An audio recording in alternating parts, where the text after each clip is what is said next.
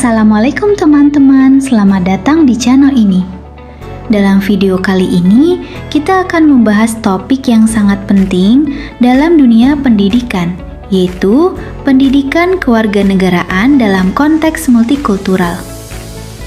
Di era keberagaman seperti sekarang, memahami nilai-nilai toleransi, kebinekaan, dan hidup berdampingan secara damai menjadi sangat penting. Simak penjelasan lengkapnya dalam presentasi berikut ini. Sebelumnya perkenalkan, kami dari kelompok 9. Saya Nur Haibah dengan NIM 2380082. Dan rekan saya Ilma Yunia Putri dengan NIM 2380091. Subbab dibagi menjadi 3, yaitu A. Menghargai keberagaman budaya dan agama. B. Pendidikan anti perundungan dan anti radikalisme. C. Kewarganegaraan digital untuk anak SD. A. Menghargai keberagaman budaya dan agama. Masyarakat Indonesia mampu hidup berdampingan dengan damai. Meskipun berbeda agama dan keyakinan, bahkan terdapat tradisi saling menghormati antara umat agama yang berbeda, seperti halnya pada tradisi nyadran di Jawa. Hal ini menunjukkan bahwa konsep moderasi beragama di Indonesia bukan hanya sekedar konsep, namun juga dipraktikkan dalam kehidupan sehari-hari. Kesimpulannya, konsep moderasi beragama di Indonesia merupakan prinsip yang sangat penting dalam menjalankan agama.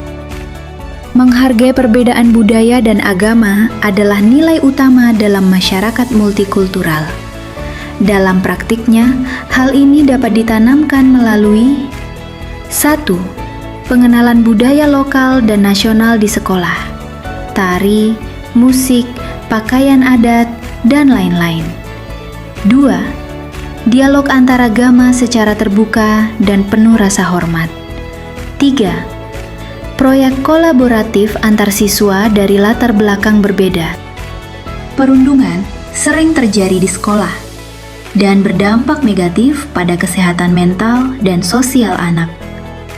Pendidikan anti perundungan mencakup 1. Edukasi tentang bentuk-bentuk perundungan, fisik, verbal, siber. 2. Penanaman empati melalui role play dan diskusi kasus. 3. Sistem pelaporan yang aman dan suportif di sekolah. Sementara itu, pendidikan anti-radikalisme menanamkan nilai cinta tanah air dan berpikir kritis terhadap informasi provokatif dengan cara 1. Meningkatkan literasi media di kalangan siswa. 2. Menyisipkan narasi toleransi dan nilai Pancasila dalam pelajaran. 3. Melibatkan tokoh masyarakat dan agama dalam dialog moderat. B. Pendidikan anti perundungan dan anti radikalisme.